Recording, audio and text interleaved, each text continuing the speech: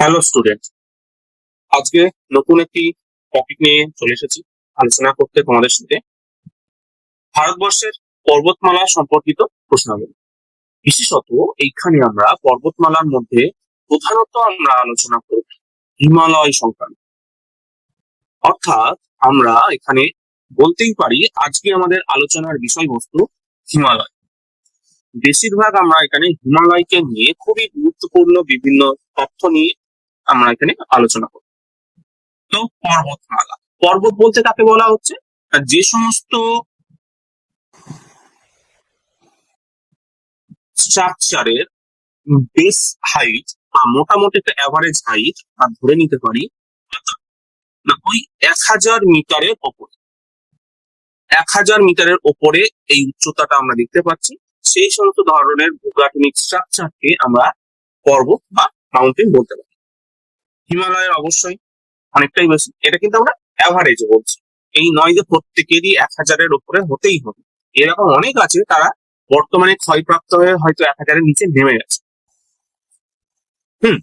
তো সেই হিসেবে আমরা এখানে 1000-এর মধ্যেকার অ্যাভারেজ হাইট ধরছি পর্বতমালা হিসেবে। কোশ্চেন নাম্বার 1-এ যাই আমরা। হিমালয় সমান্তরাল ভাঁজ পর্বত শ্রেণী দ্বারা গঠিত, যার মধ্যে সবচেয়ে পুরনো শ্রেণীটি হল হিমালয়। যে সমস্ত রেঞ্জ নিয়ে গঠিত হয়েছে, যে 3টে রেঞ্জ নিয়ে গঠিত হয়েছে মূলত, সেক্ষেত্রে দেখতে পাওয়া যাচ্ছে 3টে বেসিক রেঞ্জ নিয়ে হিমালয় তৈরি হয়েছে। আমরা একটুখানি হিমালয়ের আগে একটা ছবি আঁকার চেষ্টা করি, সেক্ষেত্রে আমরা বুঝতে পারবো কে নতুন কে পুরোনো। তোমরা উত্তর করার চেষ্টা করতে পারো তোমাদের, সেক্ষেত্রে আমরা তো ট্রাই করতে পারি। হিমালয় রেঞ্জ প্রথমে তৈরি হলো একটা পিক, সেকেন্ড একটা পিক, এন্ড লাস্টে এরকম ভাবে পিক নিয়ে হিমালয় এরকম ভাবে গঠন প্রক্রিয়াটা তৈরি হয়েছে। প্রায় 70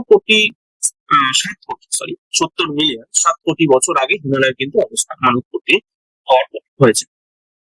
একদম উপরে যেটি রয়েছে যাকে আমরা বলি বৃহৎ হিমালয় বা গ্রেট হিমালয়, তারপরে মধ্য হিমালয় বা মিডিল হিমালয়, এবং শেষে রয়েছে শিবালিক হিমালয় বা এটাকে আমরা বলি হচ্ছে আউটার হিমালয় বা হিমালয়ের একদম শেষ।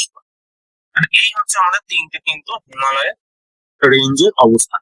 সেই ক্ষেত্রে দাঁড়িয়ে ওঠে অ্যান্সার কি হচ্ছে বৃহৎ হিমালয়। সবার প্রথমে বৃহৎ, মধ্য এবং সবার শেষে Shivalik. Question number 7। Question number 1 গেল। Question number 2। উত্তর ভারতের উপ হিমালয় অঞ্চল বরাবর বিস্তৃত সমতল ভূমিকে কি বলা হয়?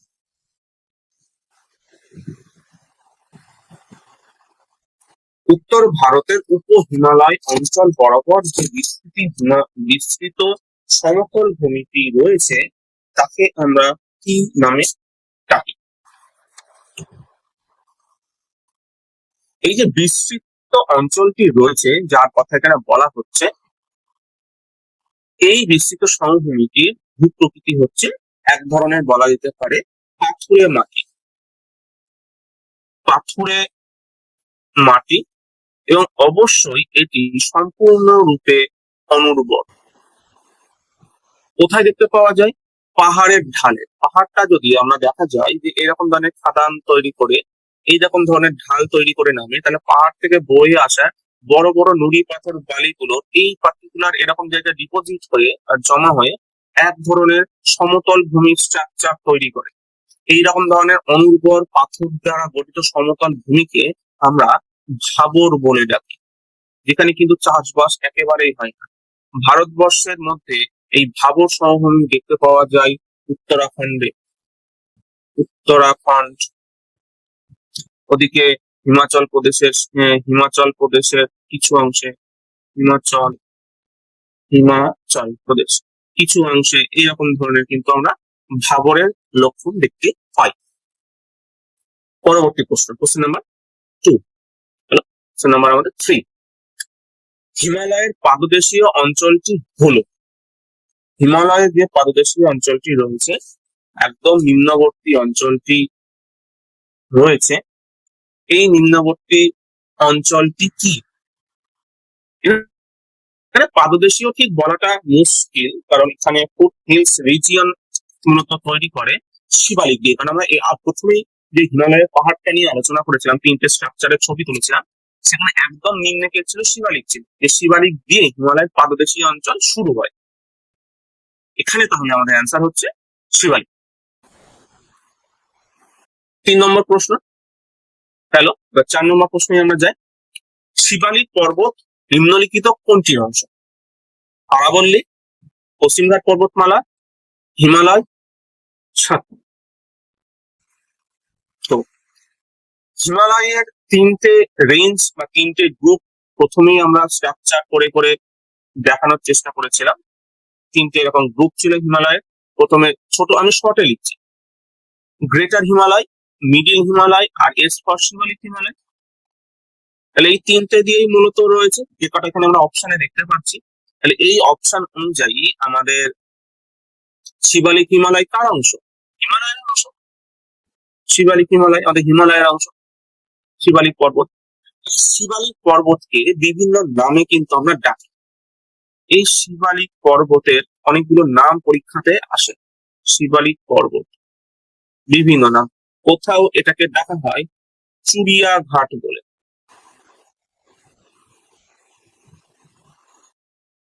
কোথাও এটাকে ডাকে মানক পর্বত, মানক, কোথাও এটাকে আবর পর্বত বলে ডাকা হয়। তাহলে এই শিবালিকের কিন্তু বিভিন্ন রকম নাম রয়েছে, এগুলো কিন্তু খেয়াল রাখতে হবে। কোশ্চেন নাম্বার 5, হিমাচল বলতে কি বোঝায়? বৃহৎ হিমালয়, মধ্য হিমালয়, শিবালিক হিমালয় না ট্রান্স হিমালয়? হিমালয়ের একটু আগের প্রশ্নে আমরা শিবালিকের বিভিন্ন নাম দেখতে পেলাম। এই বৃহৎ হিমালয় আর মধ্য হিমালয়ের বিভিন্ন নাম আছে। আমরা প্রথমে অল্টারনেটিভ অপশন গুলো দেখে নিই আগে। বৃহৎ হিমালয়, বৃহৎ হিমালয়ের নাম হচ্ছে হিমাদ্রি হিমালয়, হিমাদ্রি হিমালয়। শিবালিকের তো আমরা নাম অনেকগুলো একটু আগে আলোচনা করলাম, মানক পর্বত, চুরিয়া ঘাট, এই সমস্ত। মধ্য হিমালয়ের নাম হচ্ছে আমাদের হিমাচল হিমালয়। আর একটা নাম আমরা পাই, সেটা লেজার হিমালয়। এখানে আমাদের উত্তর অ্যান্সার তাহলে কি হবে? মধ্য হিমালয়।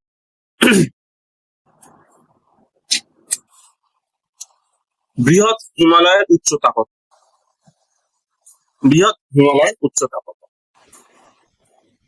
দেখো, বৃহৎ হিমালয়ের এখানে যে উচ্চতা গুলো দেওয়া রয়েছে, সেক্ষেত্রে দাঁড়িয়ে বৃহৎ হিমালয়ের অংশ হিসেবে রয়েছে আমাদের এভারেস্ট পর্বতমালা। হাইট কত? সমুদ্রপৃষ্ঠ থেকে 8,850। তা আমাদের যে অপশন গুলো দিয়েছে 8,850, 8,815, 8,890, 8,860। তো যেহেতু সমুদ্রপৃষ্ঠ থেকে এভারেস্টের উচ্চতা এটা, তাহলে এটাই হচ্ছে আমাদের বৃহৎ হিমালয়ের উচ্চতা। এটাকেই আমরা বলতে পারি এভারেস্টেরও উচ্চতা।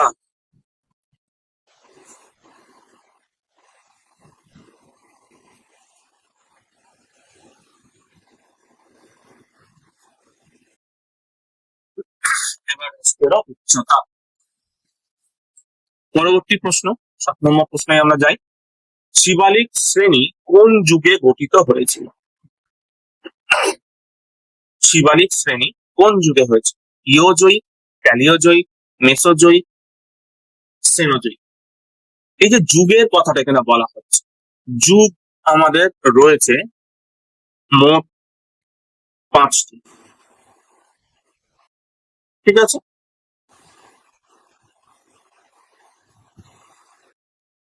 মোট আমাদের যুগ রয়েছে 5টি। এই 5টি যুগের মধ্যে সর্বপ্রাচীন মানে পুরানো পুরানো যুগটি হচ্ছে অ্যাজয়িক। অ্যাজয়িক। আর একদম নবীনতম বা সর্বশেষ নবীন বা শেষ যদি যুগ বলা হয়, শেষ যুগ, তার নাম হচ্ছে নিওজয়িক।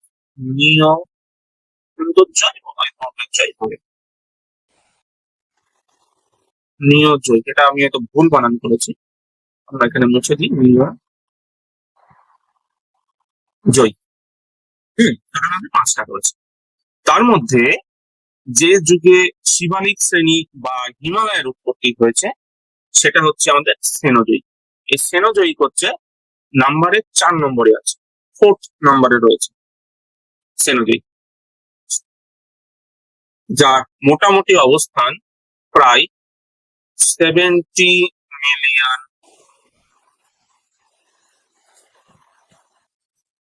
প্রায় বছর আগে উৎপত্তি, মানে প্রায় 7 কোটি বছর আগে কিন্তু এর সময়সীমাটা আমরা দেখতে পাই। 8 নম্বর প্রশ্ন, শিবালিক শৃঙ্গগুলির উচ্চতা নিম্নলিখিত কোন পরিসরের মধ্যে পড়ে? শিবালিক শ্রেণীর যে উচ্চতা, প্রথমেই আমরা বলেছিলাম যে শিবালিকটা একদম নিম্নবর্তী হওয়ার দরুন এর উচ্চতাটা অনেকটাই কম, এবং এখান থেকে পাদদেশীয় অঞ্চল শুরু হয়েছিল, একটা প্রশ্ন আমরা পেয়েছিলাম। তো শিবালিক শৃঙ্গগুলির যে উচ্চতা, এগুলো উচ্চতা অনেকটাই কম, এদের আনুমানিক উচ্চতা, এগুলো তো সবই প্রায় আমরা অ্যাভারেজ হাইট হিসেবে ধরি, তো অ্যাভারেজ হাইট ওই 800 থেকে 1200 মিটারের মধ্যেই হয়। তো সেক্ষেত্রে দাঁড়িয়ে আমাদের যে অপশন গুলো রয়েছে 850 বা যাই হোক, আমাদের 850 থেকে 1200 মধ্যে হাইট। কারণ কি, এই যে শিবালিক পর্বতমালার পর আস্তে আস্তে করে পাহাড়টা ঢাল নেমে সমতল ভূমির সঙ্গে মিশে গেছে, ফলে শিবালিকের উচ্চতা ক্ষয়প্রাপ্ত হয়েছে। এই ক্ষয়প্রাপ্ত হওয়ার আরেকটা কারণ হচ্ছে শিবালিক থেকে বিভিন্ন নদীর উৎপত্তি হওয়া। নদীগুলো শিবালিকের উপর থেকে প্রবাহিত, মূলত গঙ্গা, সিন্ধু, ব্রহ্মপুত্র, এদের উপনদী, এবং এই নদীগুলো নিজেরা নামার দরুন শিবালয় ক্ষয়প্রাপ্ত হয়েছে, এবং শিবালিক ক্ষয়প্রাপ্ত হয়ে হাইটটা অনেকটাই কিন্তু কমে গেছে বাকি দুটো রেঞ্জের তুলনায়। বুঝতে পারছো? তোমাদের কিন্তু এরকম ডিরেক্ট প্রশ্ন কিন্তু সবসময় আসবে না, বা ডিরেক্ট প্রশ্ন আসলেও তোমাকে কিন্তু এই আনুষঙ্গিক তথ্যগুলো খুব খেয়াল রাখতে হবে। ওই জন্য প্রত্যেকটা বক্তব্য, আমি কি বলছি, কি লিখছি, প্রশ্নের সঙ্গে সঙ্গে অবশ্যই কিন্তু মন দিয়ে শুনবে। ভিডিওটা প্রথম থেকে শেষ পর্যন্ত ভালো করে দেখবে, শুধু মুখস্থ করবে না উত্তরগুলো। উত্তর শুধু মুখস্থ করলে কিন্তু পরীক্ষাতে আমাদের প্রশ্ন করতে সমস্যা তৈরি হবে, আনুষঙ্গিক তথ্য গুলো না জানা থাকে। কোশ্চেন নাম্বার 9, শিবালিক শিলা শ্রেণীর দক্ষিণে অবস্থিত ভাবর অঞ্চলটি কিসের উদাহরণ? মধ্যভাগের পরিস্থিতি, আন্তঃপর্বতীয় পরিস্থিতি, পাদদেশীয় পরিস্থিতি, না উপকূলীয় অঞ্চল? শিবালিক শ্রেণীর দক্ষিণে অবস্থিত ভাবর অঞ্চলটি রয়েছে, ভাবর অঞ্চলটাকে আমরা কি পেয়েছিলাম? এটি একটি অনুর্বর জমি পেয়েছিলাম। ভাবর বলতে গেলে অনুর্বর, খুব সংক্ষেপে যদি আমি লিখি, অনুর্বর পাথুরে জমি,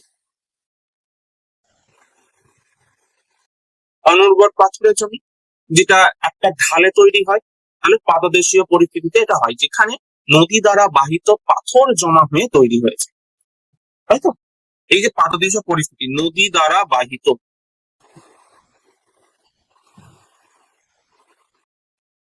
বাহিত পাথর দ্বারা এই পাদদেশীয় পরিস্থিতি কিন্তু সৃষ্টি হয়। পরবর্তী প্রশ্ন নাম্বার 10, হিমালয় পর্বতমালা নিম্নলিখিত কোন রাজ্যের অংশ নয়? কোন রাজ্যের সঙ্গে হিমালয়ের কাজ করে যায়, হিমালয়ের কোনো সম্পর্ক নেই? তো হিমালয় যে কটা রাজ্যের উপর থেকে গেছে, আমরা যদি একটা ছোট্ট করে ডায়াগ্রাম করতে পারি, আগে দেখে নিই, একটা আঁকার মানে একটা ডিজাইন করার চেষ্টা করি।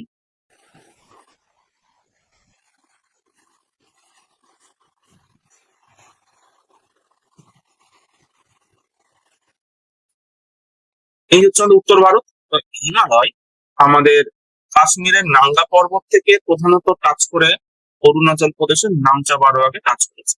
এই হিমালয়ের যাওয়ার প্রকৃতি খানিকটা এরকম ধরনের। সেক্ষেত্রে দাঁড়িয়ে যে কটা মেন রাজ্যগুলোকে এখানে টাচ করেছে, বা এখানে যেগুলোর অপশন দেওয়া রয়েছে, সেই অপশন অনুযায়ী আমাদের সিকিম পেয়ে যাচ্ছি আমি, সেখানে আমরা আমাদের এই যে হিমাচল প্রদেশকে টাচ করে চলে গেছি, হিমাচল প্রদেশ পাচ্ছি, হিমাচল পাচ্ছি, সিকিম পেয়ে যাচ্ছি। হুম, আচ্ছা, এইখানে রয়েছে আমাদের উত্তরাখণ্ড। উত্তরাখণ্ড পাচ্ছি। কিন্তু যারা টাচ করেনি সেটা কি, সেটা হচ্ছে আমাদের উত্তরপ্রদেশ। উত্তরপ্রদেশটা কিন্তু কোনো রকম ভাবে টাচ করেনি। এটা হচ্ছে আমাদের আমাদের অরুণাচল প্রদেশ, অরুণাচল বলে লিখে রাখলাম। এখানে রয়েছে আমাদের জম্মু কাশ্মীর,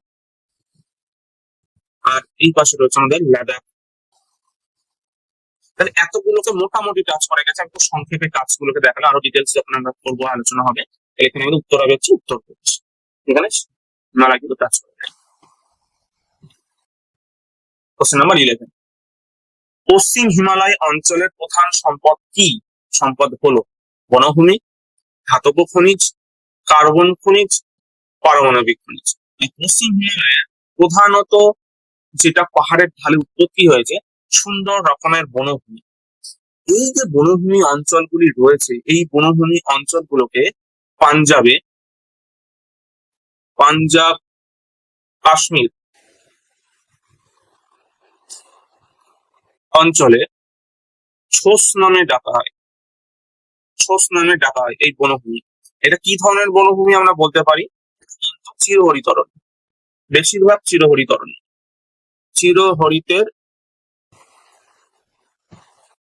প্রাধান্য। এছাড়া অন্যান্য তো রয়েছে, চিরহরিত অরণ্যের প্রাধান্য রয়েছে। সরলবর্গীয় উদ্ভিদ আমরা কিন্তু পাই এখানে, সরলবর্গীয় চিরহরিত অরণ্য এই সমস্ত দেখতে পাওয়া যায় এইদিকে, যেটাকে আমরা ছোস নামে প্রধানত ডাকছি। 12 নম্বর, নিম্নলিখিত কোনটি আকসাই চীন অঞ্চলের অংশ? তো কারাকোরাম শ্রেণী, শিবালিক শ্রেণী, কাশ্মীর উপত্যকা, লাদাখ মালভূমি। এই যে কটা আমরা অপশনে দিচ্ছি তার মধ্যে এই লাদাখ মালভূমি আকসাই চীনের অংশ। হচ্ছে এই লাদাখের একটা বড় অংশ, লাদাখের একটা বড় অংশ আকসাই চীনের পার্ট। এই আকসাই চীন তৈরি হয়েছে 1962 সালের ভারত চীনের যুদ্ধের পর। কাশ্মীরের একটা অংশ, কাশ্মীরের পূর্বের একটা অংশ, যেটাকে আমরা এখন বর্তমানে লাদাখের অংশ হিসেবে বলছি, কারণ আগে এটা পুরোটা কাশ্মীরের অংশ ছিল। এই অংশটা তারা দখল করে নেয়, মানে চায়নারা দখল করে নেয়। এই পার্টটাকে আমরা বলি আকসাই চীন। এই পার্টটাকে আমরা ডাকি আকসাই চীন নামে ডাকা, যেটা লাদাখ মালভূমির অংশ। 13 নম্বর প্রশ্ন, নিম্ন হিমালয় কোন দুটি শ্রেণীর মধ্যে অবস্থিত? নিম্ন হিমালয়, ট্রান্স হিমালয়, বৃহৎ হিমালয়, শিবালিক, বৃহৎ হিমালয়, ট্রান্স হিমালয়, শিবালিক হিমালয়, শিবালিক হিমালয় ও পহি হিমালয়। এর মধ্যে কোনটির মধ্যে নিম্ন হিমালয়টি পড়ছে? তো নিম্ন হিমালয় কে আর মানে ইংলিশ যে টার্মস ইউজ করা হয় সেটাকে বলা হয় লেজার হিমালয়। হিমালয়ের নাম আলোচনা করতে গিয়ে আমরা একটা হিমালয়ের নাম পেয়েছিলাম, সেটা মিডিল। নিম্ন হিমালয়ের কার নাম? মধ্য হিমালয়ের অন্যতম নাম, যার এক নাম লেজার হিমালয় বা হিমাচল হিমালয়, যেটি বৃহৎ হিমালয় ও শিবালিক হিমালয়ের মাঝে অবস্থিত। ছবিতেও আমরা আগে দেখেছি যে উপরে গ্রেট হিমালয়, মধ্য হিমালয় বা শিবালিক হিমালয়, আর মধ্য হিমালয়ের আরেকটি নাম লেজার হিমালয় বা হিমাচল হিমালয়। 14 নম্বর প্রশ্ন, পশ্চিম অংশে হিমালয় পর্বত শ্রেণীর দক্ষিণ থেকে উত্তরে সঠিক ক্রমটি আলোচনা করে। পশ্চিম অংশে হিমালয় পর্বত শ্রেণীর দক্ষিণ থেকে উত্তরে আলোচনা করে। আমরা দেখে নিই অপশন গুলো আগে। বৃহৎ হিমালয়, নিম্ন হিমালয়, শিবালিক, শিবালিক, নিম্ন হিমালয়, বৃহৎ হিমালয়, নিম্ন হিমালয়, হিমালয়, শিবালিক, বৃহৎ হিমালয়। আমার অপশন ডিতে কি রয়েছে? শিবালিক, বৃহৎ হিমালয়, নিম্ন হিমালয়। হিমালয়ের ছবিটা একটুখানি আঁকে নি, তাহলে আমাদের কাছে এই ধরনের প্রশ্ন ক্ষেত্রে সুবিধা হবে। আঁকা হয়তো ভুল হচ্ছে, মানে আঁকাটা অতটা পারফেক্ট নয় আমাদের, তো বোঝার জন্য আলোচনা করছি। একদম উপরে রয়েছে আমাদের বৃহৎ হিমালয়, যেটাকে আমরা গ্রেট হিমালয় নামে চিনেছি। তারপরে আছে মধ্য হিমালয়, তারপরে আছে শিবালিক হিমালয়। এবার আমাকে দক্ষিণ থেকে উত্তরে যেতে বলেছে, তাই দক্ষিণ থেকে উপরে যদি যেতে হয় তাহলে আমি 1 2 করে যদি গুনি, তাহলে এ আমার 1 নম্বরে আসবে, এটি আমার 2 নম্বরে আসবে, এটি আমার 3 নম্বরে আসবে। তাহলে কি কি হবে? শিবালিক, মধ্য হিমালয়, এই মধ্য হিমালয়ের আরেকটি নাম হচ্ছে আমার নিম্ন হিমালয় এবং বৃহৎ হিমালয়। এখানে আমার অপশন কি হবে? 14 এর বি, অপশন আমার বি। নেক্সট 15 নম্বর, নিম্নলিখিত কোনটি নবীনতম পর্বতশ্রেণী? সবে মাত্র তৈরি হয়েছে বা যার গঠন প্রক্রিয়া এখনো চলছে? বিন্ধ্য, আরাবল্লী, শিবালিক, আন্নামালাই। গঠন প্রক্রিয়া যাকে চলছে তাকেই আমরা নবীনতম বলতে পারি।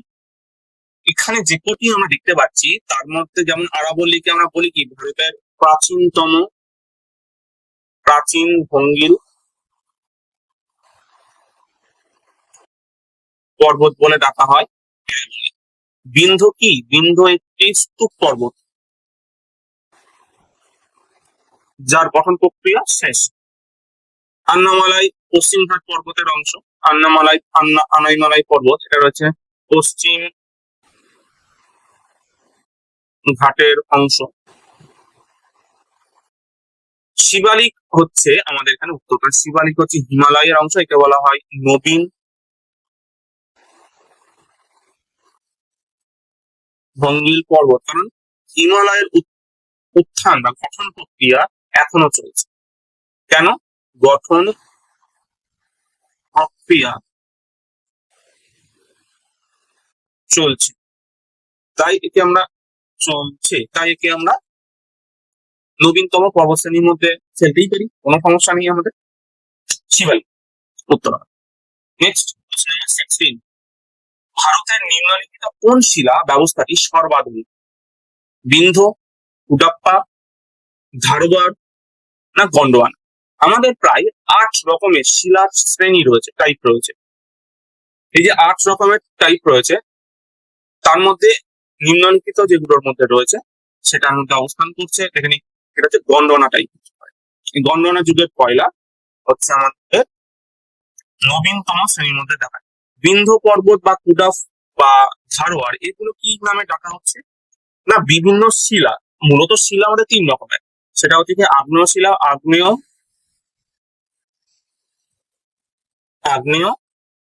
রূপান্তরিত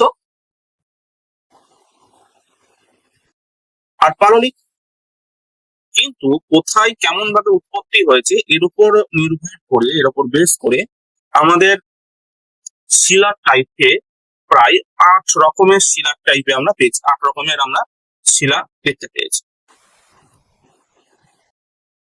যার মধ্যে সর্বনবীনতম যদি প্রাচীন মানে শিলার কথায় আসি, সেটা কিন্তু আমরা পেয়েছি গন্ডোয়ানা যুগের কয়লা। আর যুগের কয়লাতে মানে শিলাতে মূলত কয়লার উৎপাদন আমরা দেখতে পেয়েছি। পরের প্রশ্ন নিচ্ছি,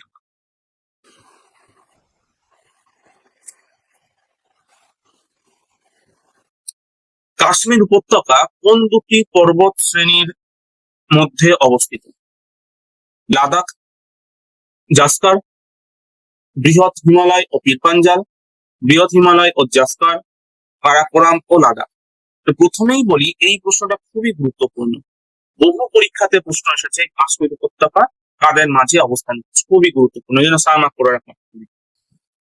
তো কাশ্মীর উপত্যকা মূলত উচ্চ হিমালয় মানে বৃহৎ হিমালয় এবং মধ্য হিমালয়ের মাঝে অবস্থিত। তাহলে এখানে মধ্য হিমালয়ের তো কোনো অপশন নেই। তো কাশ্মীর উপত্যকাটা মূলত তৈরি হয়েছে এরকম ভাবে, যদি আমরা দেখি ছবিটাকে আমরা দেখানোর চেষ্টা করি, এটাকে আমরা বলতে পারি বৃহৎ হিমালয়, আর এটা হচ্ছে আমাদের মধ্য হিমালয়। এই মধ্য হিমালয় 3টে অংশে বিভক্ত। এই মধ্য হিমালয় এর মাঝে আমাদের অবস্থান করছে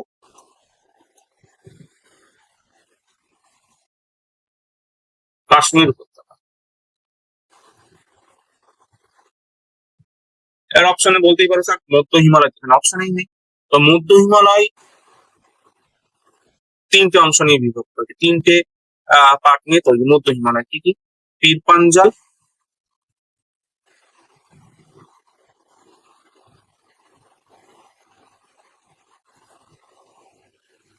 ধৌলাধর, টিব্বা, ধৌলাধর, টিব্বা, পীর পাঞ্জাল। তাহলে আমরা মধ্য হিমালয়ের জায়গা না পীর পাঞ্জালকে বলতেই পারি। তো বৃহৎ হিমালয় পীর পাঞ্জালের মাঝে অবস্থান করেছে আমাদের কাশ্মীর উপত্যকা। কোশ্চেন নাম্বার 18, নিম্নলিখিত ভূপ্রাকৃতিক বৈশিষ্ট্যগুলির উত্তরমুখী সঠিক ক্রম কোনটি? নিচ থেকে উপর দিকে আমাদের যেতে হবে। কি কি? জাস্কার, পীর পাঞ্জাল, লাদাখ, কারাকোরাম, পীর পাঞ্জাল, জাস্কার, লাদাখ, কারাকোরাম, কারাকোরাম, লাদাখ, জাস্কার, পীর পাঞ্জাল, পীর পাঞ্জাল, লাদাখ, জাস্কার, কারাকোরাম। এই যে ওরিয়েন্টেশনটা দেওয়া রয়েছে, আমরা নিচ থেকে উপরে মানে উত্তরমুখী বলতে গেলে আমাকে যেটা বলতে দক্ষিণ থেকে উত্তরে, দক্ষিণ থেকে যদি আমরা উত্তরে যাই তাহলে আমরা একদম প্রথমে পাবো হচ্ছে যে কটা এখানে আমরা পেয়েছি তার মধ্যে আমরা উপরে একদম উপরে পাবো কারাকোরাম রেঞ্জ, তারপরে পাবো আমি শর্টে লিখছি কারাকোরাম রেঞ্জ, তারপরে লাদাখ রেঞ্জ, তারপরে আছে আমাদের জাস্কার রেঞ্জ এবং তার অনেক পরে আছে আমাদের পীর পাঞ্জাল রেঞ্জ। এইভাবে পরপর নামছে। দক্ষিণ থেকে উত্তরে যদি যাই তাহলে পীর পাঞ্জাল, জাস্কার, লাদাখ, কারাকোরাম, এই যদি ওরিয়েন্টেশনকে আমরা ফলো করি, এটা রয়েছে আমাদের উত্তর থেকে দক্ষিণের ওরিয়েন্টেশন। আমি শর্টে লিখলাম কারাকোরাম, লাদাখ, জাস্কার, পীর পাঞ্জাল। অপশন আমাদের কোশ্চেন নাম্বার 18। তবে কিন্তু পাহাড়ের এরকম ওরিয়েন্টেশন দিয়েও প্রশ্ন আসবে, খুব গুরুত্বপূর্ণ এই প্রশ্নটা পরীক্ষাতে এসেছে। আবার আমি মার্ক করে দিলাম, উত্তরমুখী না দক্ষিণমুখী এটাও কিন্তু খুব ভালো করে তোমাদের দেখতে হবে। 19, নিম্নলিখিত কোন বস্তুটি পশ্চিম দিকে পূর্ব থেকে পশ্চিম দিকে গেছে, মানে সঠিক ক্রমে সাজা পূর্ব থেকে পশ্চিমে আমাদেরকে সাজাতে পরপর বলেছে, যেভাবে গেছে ওরিয়েন্টেশন অনুযায়ী। পড়ি আগে অপশন গুলো। Everest, Kanchenjunga, Annapurna, Dhaulagiri, Kanchenjunga, Everest, Annapurna, Dhaulagiri, Kanchenjunga, Dhaulagiri, Annapurna, Everest. আর অপশন ডিতে রয়েছে এভারেস্ট, কাঞ্চনজঙ্ঘা, ধৌলাগিরি, অন্নপূর্ণা। তাহলে কোনটা হবে আমাদের? পশ্চিম থেকে পূর্ব দিকে না, আমাদের দিয়েছে পূর্ব থেকে পশ্চিমে। পূর্ব থেকে পশ্চিমে পরপর যদি আমরা আসি, যে কটা এখানে দেওয়া রয়েছে একদম নেপাল কাশ্মীর বর্ডারে, যদি আমি মোটামুটি একটা ড্র করার চেষ্টা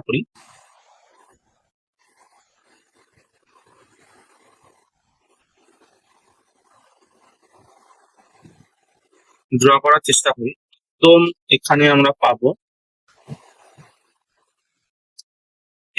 পাবো কাঞ্চনজঙ্ঘা, কে বলে লিখে রাখলাম কাঞ্চনজঙ্ঘা। কাঞ্চনজঙ্ঘার ঠিক পরে নেপালের মধ্যেই আমরা পাবো আমাদের সব থেকে বড় এভারেস্ট, ইভি বলে লিখে রাখলাম। তারপরে একদম পূর্ব দিকে আমরা পাবো অন্নপূর্ণা, ইপি বলে লিখে রাখলাম। তারপরে আমরা পাবো ধৌলাগিরি, ডি জি বলে লিখে রাখলাম। তাহলে পূর্ব থেকে পশ্চিমে যদি যাই তাহলে এটাই আমার অপশন, কাঞ্চনজঙ্ঘা, এভারেস্ট, অন্নপূর্ণা, তারপরে ধৌলাগিরি। চলো পরের প্রশ্ন, কোশ্চেন নাম্বার 20, পূর্ব হিমালয়ের তুলনায় পশ্চিম হিমালয়ের ট্রি লাইন বা বৃক্ষরেখা উচ্চ কেন? পূর্ব হিমালয়ের থেকে উচ্চতা কেমন আছে? বেশি, কম, একই বা সম্পর্কহীন, বা বলা যেতে পারে এর সঙ্গে কোন রকমের কোন সম্পর্কহীন বলতে গেলে এর সঙ্গে নকশাল ঠিক মিলছে না, যে কটা এখানে দেওয়া রয়েছে সেই হিসেবে। পূর্ব হিমালয়ের তুলনায় পশ্চিম হিমালয়ের যে বৃক্ষ লাইন, ট্রি লাইন বলতে গেলে হচ্ছে ওরিয়েন্টেশনটা, ম্যাচগুলোর মধ্যে গ্যাপ, এই যে গ্যাপ গুলোকেই বলা হয় ট্রি লাইন। এই গ্যাপ গুলো এতটাই মানে মানে মানে গ্যাপ গুলো ট্রি লাইনের বৃক্ষতার উচ্চতা অনুযায়ী তারা যে কোনোটা উঁচু, যে আমাদের চিরহরিত অরণ্য মূলত যদি দেখি উচ্চতা বেশ বড়, কিন্তু এখানকার উচ্চতা গুলো খুব কম। বৃষ্টির অভাব, রেইনফল এর অভাব এই ধরনের কিন্তু উচ্চতার একটা ফ্যাক্টর তৈরি করেছে। সেটা কি? কম উচ্চতা আমরা কিন্তু এখানে দেখতে পাচ্ছি। এখানকার উচ্চতাগুলো গাছগুলোর মধ্যে খুবই কম উচ্চতা দেখা যাচ্ছে। কোশ্চেন নাম্বার 21, পীর পাঞ্জাল শ্রেণীটি কোথায় অবস্থিত? অরুণাচল প্রদেশ, জম্মু কাশ্মীর, পাঞ্জাব, উত্তরাখণ্ড। পীরপাঞ্জাল শ্রেণীটি দেখতে পাওয়া যায় ঝিলাম নদীর পরে জম্মু কাশ্মীর। ঝিলামের নিকটবর্তী, ঝিলাম নদীর কাছে, যেটি কাশ্মীরে অবস্থান করেছে। Question number 9। নিম্নলিখিত গুলির মধ্যে কোন পর্বত শ্রেণীটি উৎপত্তিতে নবীনতম? এখানে যে কটা উৎপত্তি হয়েছে তার মধ্যে কোনটি নবীন? অজন্তা শ্রেণী, পালকন্ডা শ্রেণী, কৈমুর পর্বত, না হলে পাটকাই শ্রেণী। যে কটা রয়েছে নবীনতম, নবীনতম বলতে গেলে মূলত সেটাকেই বলবো যার সঙ্গে হিমালয়ের উৎপত্তির একটা কিন্তু সম্পর্ক রয়েছে। হিমালয়ের উৎপত্তি সম্পর্কে যদি দেখি, এখানে যে কটা রয়েছে সেটি রয়েছে পাটকাই শ্রেণী। এই পাটকাই শ্রেণীর অবস্থানটা কোথায় আমরা উপরে একটু ড্র করে নিই। পাটকাই শ্রেণীটার অবস্থান করেছে এই যে আমাদের 7 সিস্টার্স গুলো রয়েছে, অরুণাচল প্রদেশ, মায়ানমার বর্ডার, বা অরুণাচল প্রদেশ, নাগাল্যান্ড, মণিপুর, মিজোরাম, এই যে বর্ডারটা রয়েছে, এইদিকে এই বর্ডারে আমাদের অবস্থান করেছে পাটকাই রেঞ্জ, যেটি হিমালয়ের সঙ্গে, পাটকাই শ্রেণী যেটি হিমালয়ের সঙ্গে সম্পর্কিত। এটাকে আমরা পূর্বাচল হিমালয়ের অংশ বলি। এই পাটকাই শ্রেণীকে আমরা কি বলতে পারি? পূর্বাচল হিমালয়ের অংশ। যার জন্য এখানে আমরা নবীনতম বলছি। 22 নম্বর প্রশ্ন শেষ। নেক্সট 23 নম্বর। নিম্নলিখিত কোন রাজ্যটি পাটকাই পর্বতমালার পাশে অবস্থিত নয়? পাটকাই পর্বতমালার পাশে অবস্থিত কারা হবে? যাদেরকে আমরা 7 সিস্টার্স বলি, তারাই পাটকাই মধ্যে পড়ছে, 7 সিস্টার্স এর মধ্যে টাচ করে রয়েছে। কিন্তু 7 সিস্টার্স এর মধ্যে রয়েছে অথচ পাটকাইয়ের মধ্যে নেই। আমরা আগে দেখেছি পাটকাই কোথায়, মায়ানমার এবং ভারতবর্ষ বর্ডারে রয়েছে। যে রাজ্যগুলো মায়ানমার আর ইন্ডিয়া বর্ডারের কাছে নেই অথচ 7 সিস্টারের মধ্যে পড়ছে, তারাও এই এর পাশে অবস্থিত নাও হতে পারে, দূরে অবস্থান করতেই পারে। এখানে ত্রিপুরা যেগুলো রয়েছে, পাটকাই রাজ্যের যে অংশগুলো আমরা ছবিতে দেখলাম, যা আমরা আবার নতুন করে যদি আমরা ড্র করি,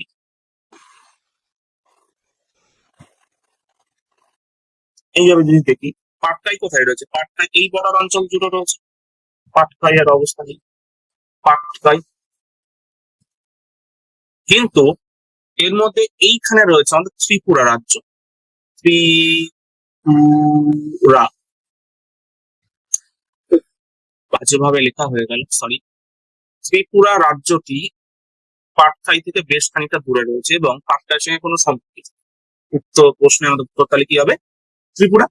বাকি যে 3টে রাজ্য রয়েছে, নাগাল্যান্ড, মণিপুর, মিজোরাম, 3টেই কিন্তু এই বর্ডারে রয়েছে যেখানে আমি পাটকাইটা আঁকলাম। Question number 24। আরাবল্লী শ্রেণীর আনুমানিক বয়স কত? আরাবল্লী শ্রেণীর আনুমানিক বয়স কত? 370 মিলিয়ন, 470 মিলিয়ন, 570 মিলিয়ন, না 670 মিলিয়ন? মোটামুটি 570 মিলিয়ন বছর আগে আমাদের কিন্তু এই আরাবল্লী পর্বতশ্রেণী তৈরি হয়েছে, যেকে আমরা বলি আর্কিয়ান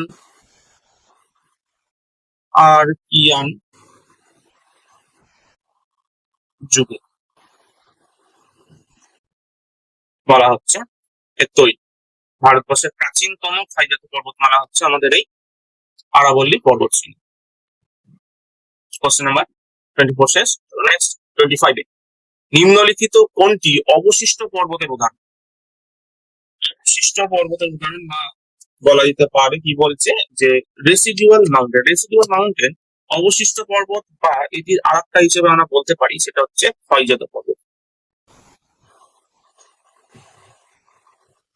এটিকে ইংলিশ টার্মে ডাকা হয় রেসিডুয়াল মাউন্টেন। বলো তাহলে এর মধ্যে যেটাকে আমরা দেখেছি, ক্ষয়জাত পর্বত বলতে গেলে কারা রয়েছে? হিমালয়, কিলিমানজারো, এটনা, না আরাবল্লী? আরাবল্লীকে আমরা প্রাচীন ক্ষয়জাত পর্বত বলি। এটি ভারতের সব থেকে প্রাচীনতম পর্বত বা ভঙ্গির পর্বতের মধ্যেও পড়ছে। নেক্সট পরের প্রশ্ন, নিম্নলিখিত কোনটি দক্ষিণ ভারতের সর্বোচ্চ শৃঙ্গ? দক্ষিণ ভারতের সর্বোচ্চ শৃঙ্গ নিম্নলিখিত গুলির মধ্যে কোনটি? আনাইমুদি, দোদাবেতা, অমরকণ্টক, এই দক্ষিণ ভারতের সর্বোচ্চ পাহাড়ি রেঞ্জ যদি বলা হয় সেই হচ্ছে পশ্চিমঘাট পর্বত। আর পশ্চিমঘাট পর্বতের সর্বোচ্চ শৃঙ্গ হচ্ছে আনাইমুদি। এই আনাইমুদির পশ্চিমঘাট পর্বতের সর্বোচ্চ শৃঙ্গ হচ্ছে আমাদের আনাইমুদি। আনাইমুদি কিন্তু তোমার কেরালা রাজ্যে অবস্থান করেছে।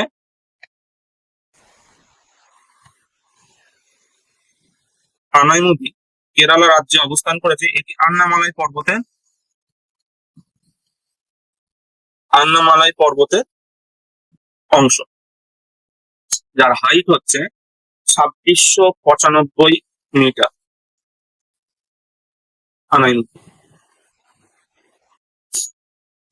নেক্সট প্রশ্ন নাম্বার 27, ভারতীয় উপদ্বীপের সর্বোচ্চ শৃঙ্গ কোনটি? ভারতীয় উপদ্বীপের সর্বোচ্চ শৃঙ্গ কোনটি? অক্টামুন, আনাইমুদি, তোদাবেতা, মহাবালেশ্বর।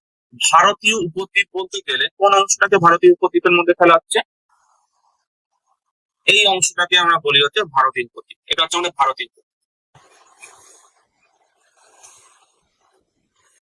এই অংশটাকে আমরা বলি ভারতীয় উপদ্বীপ বা দক্ষিণ ভারত। দক্ষিণ ভারতের সর্বোচ্চ শৃঙ্গ কোনটা? আমাদের আনাইমুদি। দক্ষিণ ভারতের সর্বোচ্চ শৃঙ্গ, যেটি আমাদের ঠিক এরকম জায়গায় অবস্থান করেছে। আনাইমুদির অবস্থান আনাইমুদি। ভারতীয় উপমহাদ্বীপের সর্বোচ্চ শৃঙ্গ আমাদের আনাই। কোশ্চেন নাম্বার 28, নিম্নলিখিত গুলির মধ্যে কোনটি ভারতের প্রাচীনতম পর্বতশ্রেণী? ভারতের প্রাচীনতম পর্বতশ্রেণী হিমালয়, আরাবল্লী, বিন্ধ্য না সাতপুরা? প্রায় 570 মিলিয়ন বছর আগে তৈরি হয়েছে আমাদের আরাবল্লী, যাকে প্রাচীন অঙ্গিল পর্বতের নামেও ডাকা হয়। এই আরাবল্লী যেটি তৈরি হয়েছে 570 মিলিয়ন ইয়ার্স এগো উৎপত্তি বলাই। কোশ্চেন নাম্বার 29, আরাবল্লী পর্বতশ্রেণী নিম্নলিখিত কোন রাজ্যে অবস্থান করেছে? এখানে হিমাচল প্রদেশ, রাজস্থান, উড়িষ্যা, অন্ধ্রপ্রদেশ, চারটে রয়েছে। আমরা পরে আলোচনা করছি আরাবল্লী কোথায় কোথায় তৈরি হচ্ছে সেটা একটুখানি দেখে নিই। আরাবল্লী পর্বতের উত্থান, এটি তৈরি হয়েছে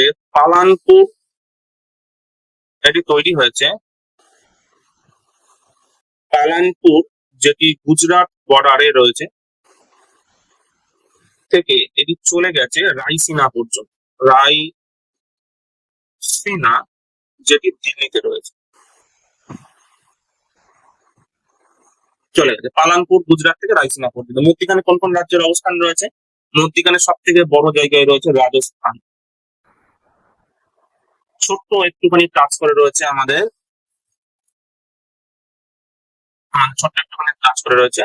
হরিয়ানা। এইভাবে সোজা চলে গেছে আমাদের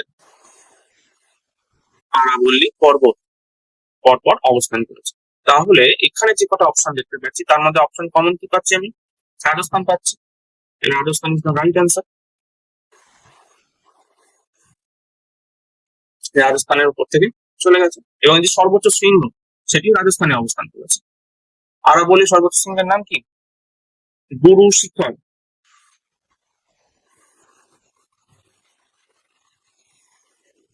সর্বোচ্চ আরাবল্লী, গুরু শিখর, আরাবল্লী সর্বোচ্চ শৃঙ্গ। 1722 মিটার হাইট এই গুরু শিখর। আজকে আমরা মূলত পর্বতশ্রেণী আলোচনা করতে গিয়ে হিমালয়টার উপরেই বেশি করে আলোচনা করেছি। তার সঙ্গে ভারতের কয়েকটি খুব গুরুত্বপূর্ণ পর্বতশ্রেণী বা শৃঙ্গ নিয়ে আলোচনা করেছি। তোমরা এই প্রশ্নগুলোর সঙ্গে সাবস্টিটিউট যে ইনফরমেশন আমরা আলোচনা করেছি সেগুলো খুব ভালো করে দেখবে। ভিডিওটা প্রথম থেকে শেষ পর্যন্ত দেখবে এবং ভালো করে পড়াশোনা করবে।